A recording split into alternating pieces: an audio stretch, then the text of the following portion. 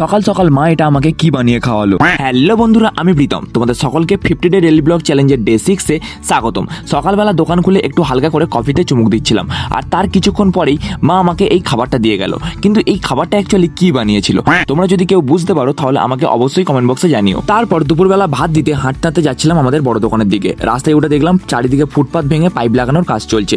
তারপর আমি আমার বড় দোকানে খাবারটা দিয়ে ওখান থেকে বেরিয়ে সোজা চলে গেছিলাম ব্যাংকে গিয়েছিলাম একটা দরকারি কাজের জন্য, কিন্তু গিয়ে শুনলাম ম্যানেজার স্যার তখন ছিল না, তাই আর কাজটাও হয়নি। তাই আবার হাঁটতে চলে এলাম বাড়ির দিকে। বাড়ি এসে খেতে বসে দেখলাম মা সেদিন রান্না করেছিল ভাত আর একটা মাছের তরকারি। তারপর লাঞ্চ করে আবার চলে গেছিলাম দোকানে গিয়ে একটু জলপান করার পরে খুব আইসক্রিম খেতে ইচ্ছে হচ্ছিল, তাই ভাইকে বলেছিলাম আইসক্রিম কিনে আনতে, আর আমার ভাইও আইসক্রিম কিনে চলে এসেছিল। তারপর দুপুরবেলা খাওয়া দাওয়া করে আইসক্রিম খেয়ে কাস্টমারের অপেক্ষা করতে করতে তখন প্রায় সন্ধ্যা হতে যায়, আর সেদিন আকাশটাও খুব সুন্দর লাগছিল। তারপর সন্ধ্যা হয়ে যাওয়ার পর মা আমার জন্য একটু মায়ের স্পেশাল চাটমুড়ি করে এনেছিল, আর তারপর চাটমুড়ি খেতে খেতে দেখলাম আমার দোকানে একটা খুব কিউট কাস্টমার এসেছে, আর এই কিউট গোলুমলু বাচ্চাটা এসে আমার দোকানের জিনিসপত্র নিয়ে টানাটানি করছিল।